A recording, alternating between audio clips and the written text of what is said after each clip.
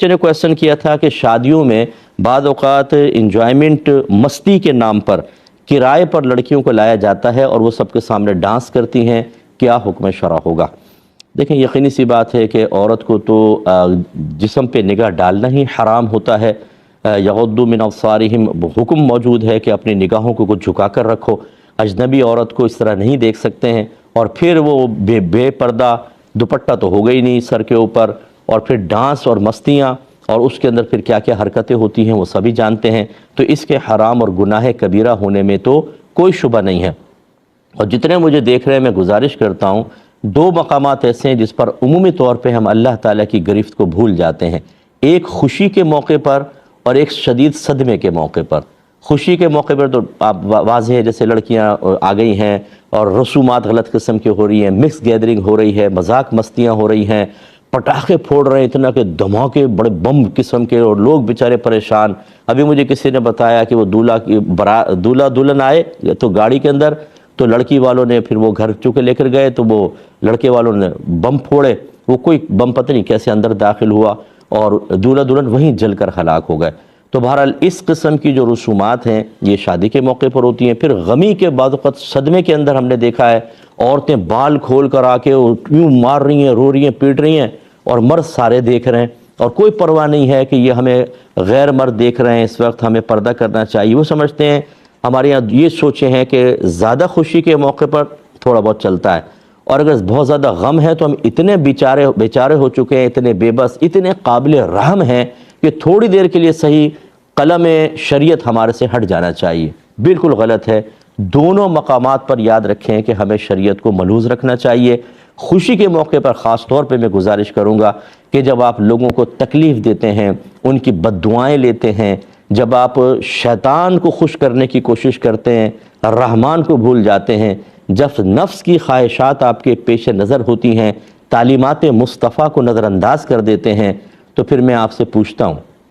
اگر ایک خوشی کا موقع ہو، قرآن پڑھا جائے، نعت خوانی ہو، علماء کے اصلاحی بیان ہوں، صرف پاکیزگی، عورتیں علیحدہ مرد علیحدہ، بتائیں رحمت نازل ہوگی کہ نہیں ہوگی؟ یس۔ تو پھر ان میں کیا نازل ہوگا؟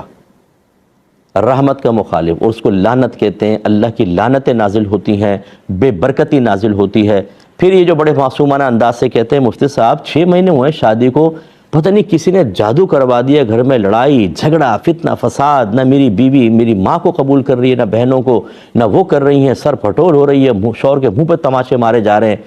ایک لمحے کے لیے کبھی سوچا آپ نے، ہو سکتا ہے کہ یہ جو آپ نے اتنے دل دکھائے تھے، اللہ تبارک و تعالیٰ کی نافرمانی پر کمر بستہ ہو گئے تھے، اور دل کھول کر ایک جرت مندانہ انداز میں نماز قضا کر کے آپ نے بڑے بڑے گناہ کبیرہ کیے تھے، یہ ان کی نحوست تو نہیں ہے،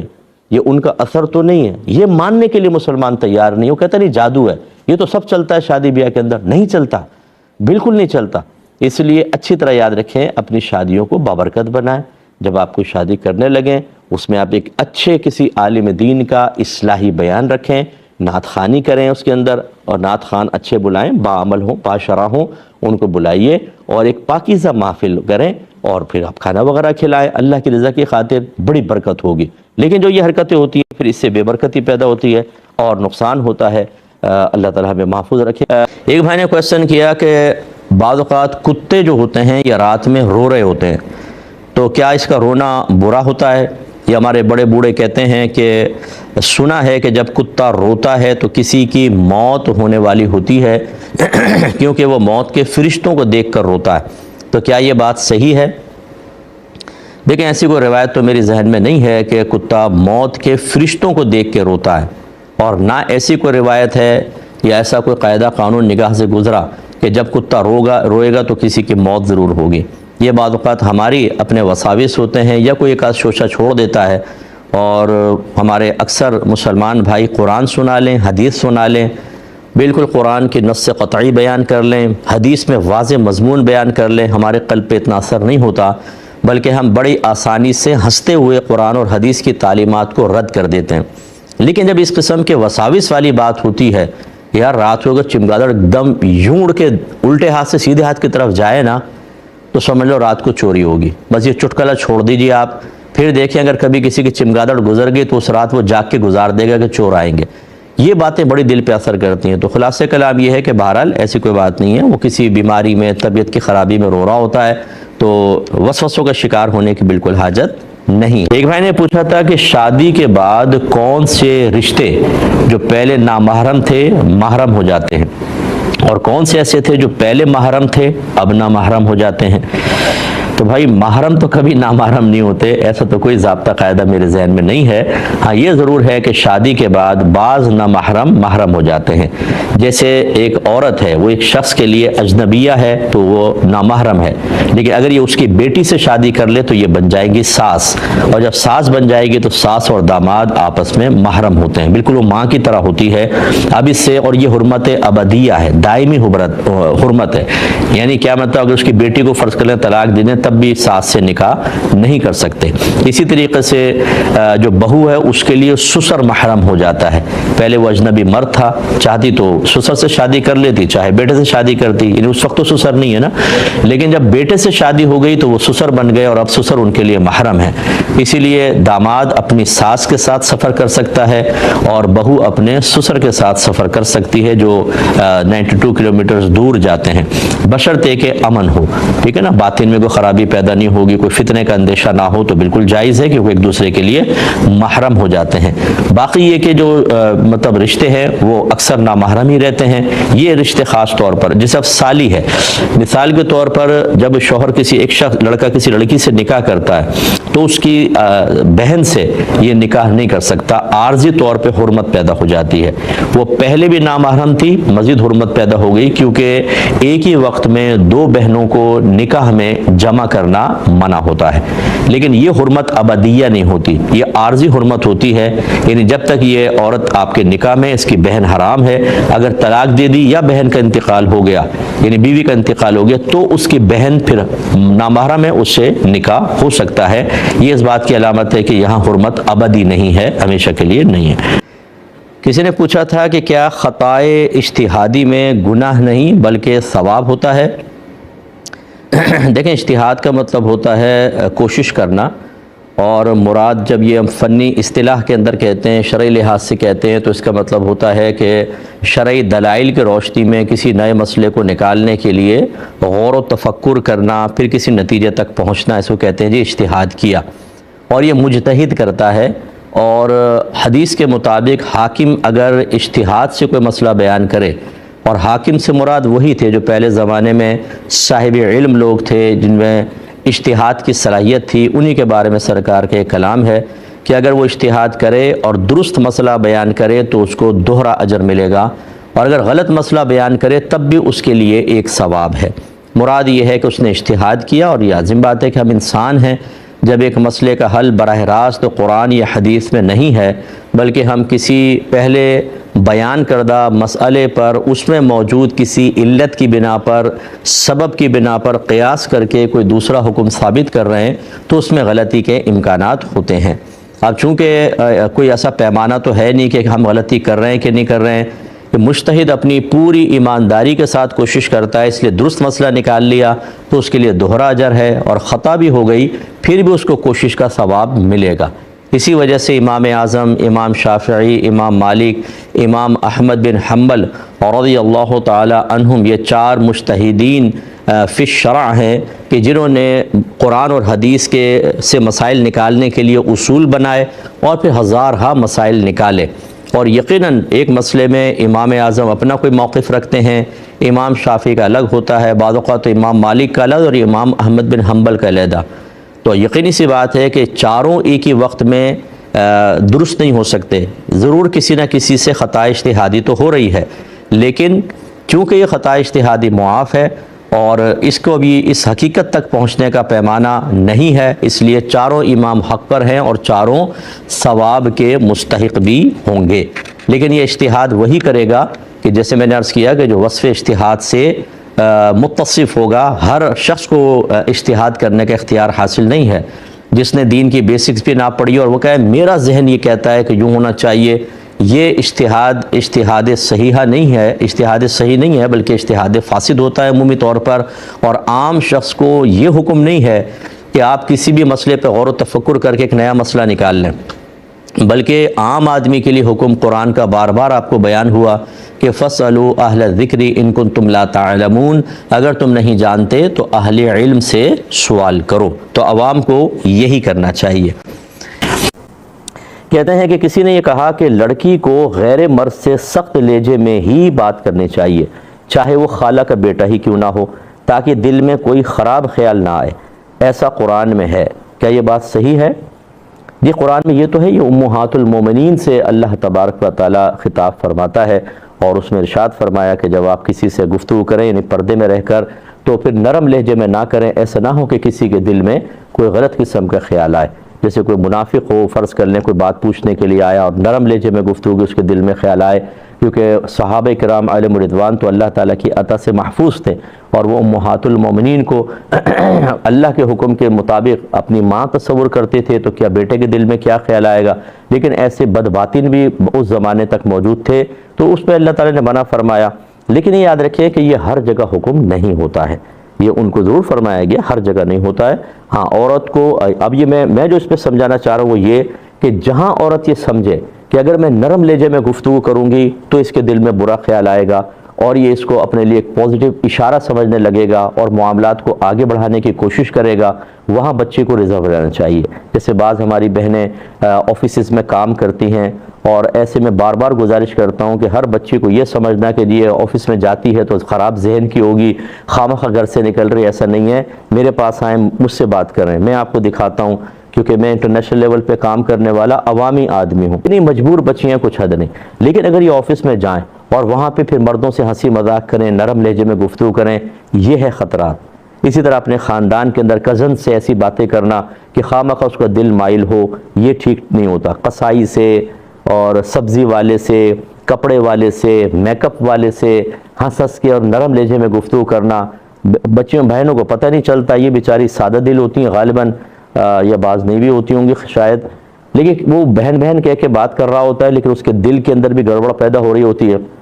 اچھا آپ کہیں گے اس صاحب آپ کو کیا غیب کا علم ہے؟ میں کہوں گا نہیں، یہ خود میک اپ والا مجھے بتاتا ہے بعض اوقات کہ مفتی صاحب وہ عورتیں آتی ہیں اور ہنسی مذاق بھی کرتی ہیں، ملائم لہجے سے گفتگو کرتی ہیں، تو میرا دل مائل ہوتا ہے، میں بہت کوشش کرتا ہوں کہ نہیں تو میں کیا کروں۔ یہ ہمارے پاس جو چیزیں آتی ہیں اس کی روشنی میں آپ کی خدمت میں گزارش کر رہا ہوں۔ لیکن اگر ایسا نہیں ہے تو پھر عورت کو نرم لہجے میں گفتگو کرنی چاہیے۔ مثلا ایک بہن ایک مفتی صاحب سے کویسچن کرنا چاہتی ہے اور وہ نامحرم ہے، تو کیا لہجہ سخت کرے گی؟ ایسا کہ وہ کہیں گے تم بہن لڑ رہی ہو یا مسئلہ معلوم کر رہی ہو؟ ایسی رشتہ دار ہوتے ہیں، بچیوں کے سسرال والے ہوتے ہیں، چاہے عورت سامنے نہ بیٹھے پردے میں بات کرے، تو کیا ان سے سخت لہجے میں گفتگو کرے کہ وہ بدظن ہو کر جائیں کہ تمہاری ماں اتنی بدتمیز ہے کہ ہم گھر میں آئے تو اتنا سخت لہجے میں گفتگو کیا، تمہاری ماں کو بات کرنے کی تمیز نہیں ہے؟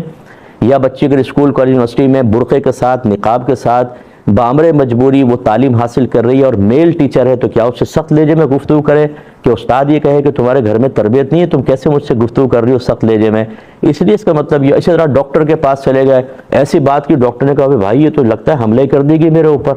کہ ڈاکٹر سے پھر نرم لہجے میں بات تو کر ہی نہیں سکتے۔ اس لیے بعض لوگ بہت ہی بیجا قسم کا فتویٰ دیتے ہیں یا بیجا قسم کے مسئلے بتاتے ہیں، انہیں توازن قائم رکھنا چاہیے۔ اسی طرح باہر کے ملکوں میں چلے جائیں، وہاں تو عورتوں کو بہت زیادہ غیر مردوں کے ساتھ ان کو گفتگو کرنی ہوتی ہے۔ جیسے وہ پیرنٹس میٹنگ ہوتی ہے، اکثر شوہر جو نہیں جا پاتا وہ کام پر ہے تو زوجہ چلی گئیں، وہاں پہ میل ٹیچر ہے، تو کیا اس سے سخت لہجے میں گفتگو کریں؟ وہ کہیں گے یہ کیا، یہ مسلمان بہت عجیب و غریب لہجے میں بات کرتے ہیں۔ تو کیسے آپ مطلقاً کہہ سکتے ہیں کہ عورت کو ہمیشہ لہجہ سخت رکھنا چاہیے؟ یہ تعلیم ٹھیک نہیں ہوتی ہے۔ یہ میرے خیال میں وہ لوگ زیادہ تر کہتے ہیں کہ جن کو زیادہ پبلک میں رہنے کا موقع نہیں ملتا، ایک مخصوص حلقہ احباب میں ہوتے ہیں، انہیں نہیں پتہ کہ عرف کیا چل رہا ہے، مجبوریاں کیا ہیں، کیا معاملات ہیں۔ شاید ایسی ہوگا وہ مفتی بھی نہیں ہوتے، ایسے لوگ جو فتویٰ دے رہے ہوتے ہیں نا وہ مفتی بھی نہیں ہوتے۔ خدا را صحیح افراد سے آپ فتویٰ حاصل کریں۔ اگر میں بھی آپ کو صحیح نہ لوں آپ کسی اور جگہ چلے جائیے گا، لیکن ہماری نگاہ معاشرے پر ہوتی ہے، ہم دیکھتے ہیں، مشاہدہ کرتے ہیں۔ یہ ہر حکم جو ہے ہر جگہ آج کل کے دور میں بعینی ہی نافذ نہیں ہو سکتا ہے۔ اگر آپ کریں گے تو معاشرے کو بگاڑیں گے اور دیندار لوگوں کا خاص طور پر ایک منفی اثر مرتب ہوگا۔ لوگ کہیں گے کہ ہمارے خاندان میں ایک بے پردہ لڑکی ہے لیکن اخلاق اس کا دیکھو، اور یہ جب سے یہ خاندان کے اندر آئی ہے با پردہ کہلاتی ہے، عالمہ کہلاتی ہے، اور لہجہ اور اخلاق اس کا دیکھو۔ لوگ عجیب و غریب قسم کے ہوتے ہیں، اور خصوصاً جب کہ مطلب تھوڑی بڑی عمر کے آدمی ہوں لیکن بوڑھے بھی نہ ہوں، تو نامحرم سے تو سخت لہجے میں بات کرنی ہے، تو پھر کیا حکم شرع ہوگا؟ تو تو پھر بچیوں کے کیوں گھر خراب کرتے ہیں آپ؟ کے بچیوں کو یوں کہہ دیں کہ تمہیں تو نرم لہجے میں گفتگو ہی نہیں کرنی چاہیے چاچا سے، تایا سے، چلے چاچا تو محرم ہوتا ہے، مثال کے طور پر جیٹھ ہے، اور اسی طریقے سے شوہر کے اور رشتہ دار ہیں ذرا بڑی عمر کے، اس کے کزنز ہیں، تو ان کے ساتھ سخت لہجے میں بات کرو۔ آپ گھر خراب کرنا چاہتے ہیں بچیوں کے، کیسے کیسے اثرات مرتب ہوتے ہیں آپ اندازہ کریں۔ ہمارے یہاں دین سے دوری کا عالم یہ ہے کہ لوگوں کو نہیں پتہ ہوتا کس مقام پہ کس وجہ سے ہمیں ناراض ہونا ہے، کس پہ نہیں، شریعت اجازت دیتی کہ نہیں دیتی، جس کا نتیجہ یہ ہے کہ چھوٹی چھوٹی باتوں کو نوٹ کر کے اس پہ ناراض ہو جاتے ہیں۔ آپ نے دیکھا ہے اس میں پھر آپ یہ کہیں بچی سے کہ لہجے کو سخت رکھو، کسی سے نرم لہجے میں گفتگو نہ کرو۔ اس لیے میں نے آپ کو کہا کہ یہ قید لگا دی جائے کہ اگر بچی یہ سمجھتی ہے کہ میں نرم لہجے میں گفتگو کروں گی تو اس کے دل میں شیطان داخل ہو جائے گا اور یہ کوئی نیگیٹو ہی کوئی اشارہ سمجھے گا اور غلط قسم کا، اور اس طرح کی علامات اگر ظاہر ہونے لگ جائیں، وہاں بالکل ریزرو ہونا چاہیے، ورنہ ہر جگہ یہ حکم شرع نہیں ہوگا۔ یہ بھی آپ نے سنا ہی ہوگا نا کہ عورت کی آواز بھی عورت ہے، عورت کی آواز کا بھی پردہ ہے، تو کیا مطلب وہ کسی نامحرم سے بات ہی نہ کرے، نہ دودھ والے سے، نہ قصائی سے، نہ سبزی والے سے، نہ مارکیٹ میں جائے، نہ وہ عالم سے مسئلہ پوچھے، گھر میں رشتہ دار آ جائے تو منہ بند کر کے رکھے، بات ہی نہ کرے؟ کیا یہ ماحول بنانا چاہیے؟ اور کیا یہ صحیح ہوگا؟ جن خواتین نے، نامحرم خواتین نے نبی کریم صلی اللہ علیہ وسلم سے آ کے مسائل پوچھے، بلکہ اپنی ایسے مسائل جو طہارت وغیرہ سے متعلق تھے، جن کے بارے میں پھر سیدہ عائشہ صدیقہ رضی اللہ تعالی عنہا نے ارشاد فرمایا، اللہ تعالیٰ انصار کی عورتوں پر رحمت نازل فرمائے کہ انہیں شرم و حیا نے نبی کریم صلی اللہ علیہ وسلم سے مسئلہ پوچھنے سے نہ روکا۔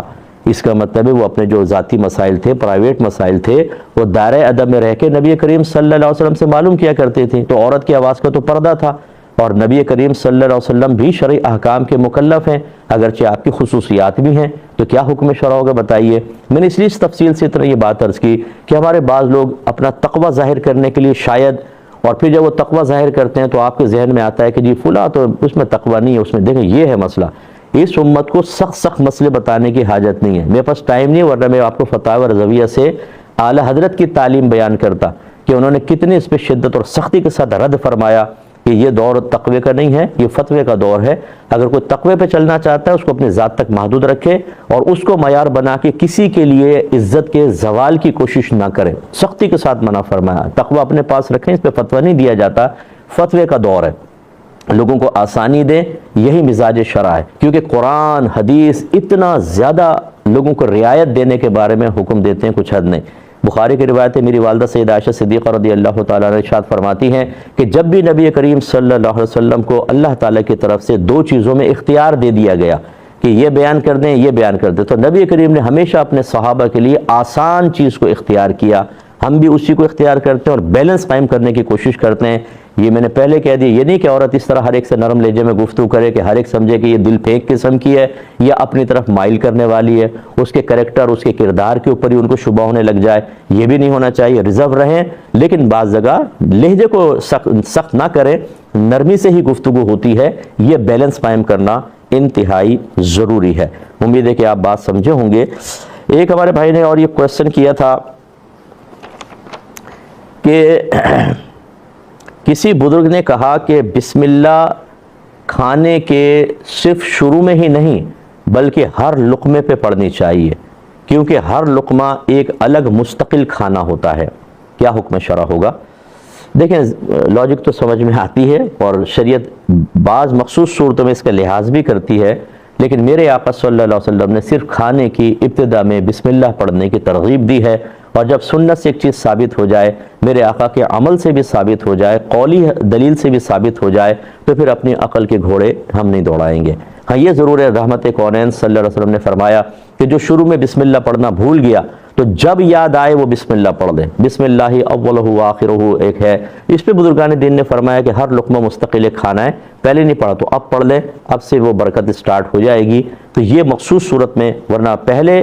شروع میں اگر آپ پڑھ رہے ہیں تو ایک ہی دفعہ پڑھیں گے، ہر لقمے پہ پڑھنے کی حاجت نہیں ہے۔ یہ کہتے ہیں کہ کیا پیر و مرشد بنانا ضروری ہوتا ہے؟ ویسے ہم سب پیروں کو مانتے ہیں۔ پہلی بات تو یہ ہے کہ سب پیروں کو نہ مانیں، صرف اچھے لوگوں کو مانیں، باعمل لوگوں کو مانیں، صحیح العقیدہ ہونے چاہیے، ورنہ اس فیلڈ میں ڈرامے بازی بہت زیادہ ہے اور اچھے لوگ سلجھے ہوئے کم ہیں۔ اور اللہ تعالیٰ نے تو واضح طور پہ قرآن میں اولیاء کی شان بھی بیان فرمائی، متقین کے بارے میں یہ بتا دیا یعنی ارشاد فرمایا الا ان اولیاء اللہ لا خوف علیہم ولا هم یحزنون الذین آمنوا وکانوا یتقون، خبردار بے شک اللہ تبارک و تعالیٰ کے ولیوں کو نہ کچھ خوف ہے نہ وہ آخرت میں غمگین ہوں گے،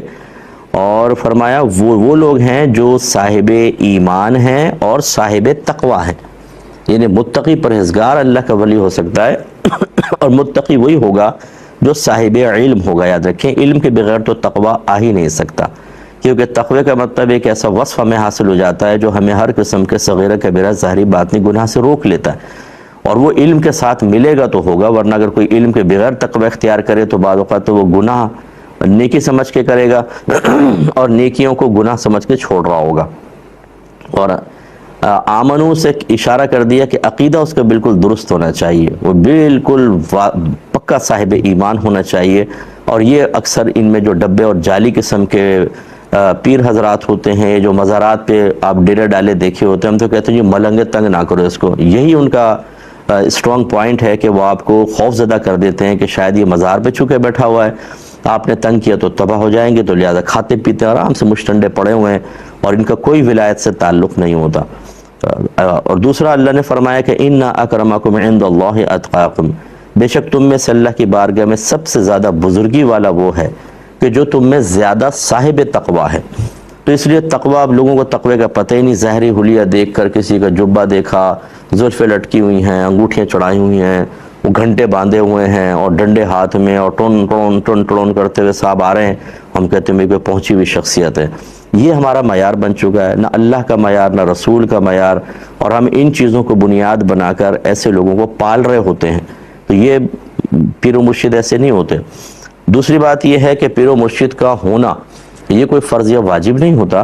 اگر آپ قرآن پڑھتے ہیں، حدیث پڑھتے ہیں، تو یہ آپ کے لیے زبردست قسم کے پیر و مرشد ہیں، لیکن چونکہ عام آدمی کے رسائی نہ قرآن تک ہے نہ حدیث تک ہے، اس لیے چونکہ ہمارے اکابرین نے بھی اپنی رہنمائی کے لیے کسی نہ کسی کے زیر تربیت رہنا پسند کیا اور اپنی تربیت کو کامل کیا، تو بہتر ہے کہ عوام الناس کسی اچھے بعمل شخص کو اپنا پیر بنائے، لیکن یہ کوئی فرض یا واجب نہیں ہے۔ اس کے لیے آپ میری کتاب قرب الہی لے لیں، میں بارہا آپ سے کہتا ہوں کچھ مطالعے کا شوق ڈالیں، اس میں نے آخر میں تمام یہ جو اولیاء کی نشانیاں، کامل پیر کون ہوتا ہے، ڈبہ پیر کون ہوتا ہے، اس کو آپ اچھی طرح پڑھ لیں اور اس کتاب کو پڑھ کے تھوڑا سا عمل کرنے کی کوشش کریں۔ اس کے بعد جو پیر سامنے بیٹھا ہوگا آپ اس کا خود فیصلہ کر سکتے ہیں کہ یہ صحیح ہے یا غلط ہے، پھر اس کے بعد آپ بیعت ہوں، میرا مشورہ یہ ہے، ورنہ جعلی آدمی کے ہاتھ میں بیعت ہو گئے تو ساری زندگی گئی آپ کی۔ پھر بھائی نے پوچھا، ایک بھائی یہ کہتے ہیں کہ میں نے اپنے کسی دوست کو پیسہ ادھار دیا، اس وقت کو وہ کوئی حلال کام کرتا تھا، اب جب وہ مجھے واپس کر رہا ہے تو مجھے معلوم ہے کہ وہ حرام کاروبار کر رہا ہے یا کوئی بھی حرام کام کر رہا ہے، تو میرا اس سے پیسے واپس لینا، ادھار واپس لینا کیسا ہے؟ لیکن اچھی طرح یاد رکھیں کہ یہ بالکل آپ کے لیے جائز ہے۔ وہ کس ذریعے سے آپ کو دے رہا ہے یہ آپ کا ہیڈک نہیں ہے، آپ نے اپنا پیسہ اس کو دیا تھا، طیب حلال تھا تو آپ اس سے لے سکتے ہیں اور یہ آپ کا حق ہے، آپ کو اس میں کوئی گرفت نہیں ہوگی۔ وہ کہاں سے دے رہا ہے یہ اس کا ہیڈک ہے، اگر وہ حرام سے دے رہا ہے تو وہ آخرت میں قابل گرفت ہوگا، لیکن آپ کے لیے طیب حلال ہے کیونکہ آپ حرام نہیں لے رہے، آپ تو اپنا ادھار دیا ہوا پیسہ لے رہے ہیں۔ اگر ایسا ہی ہم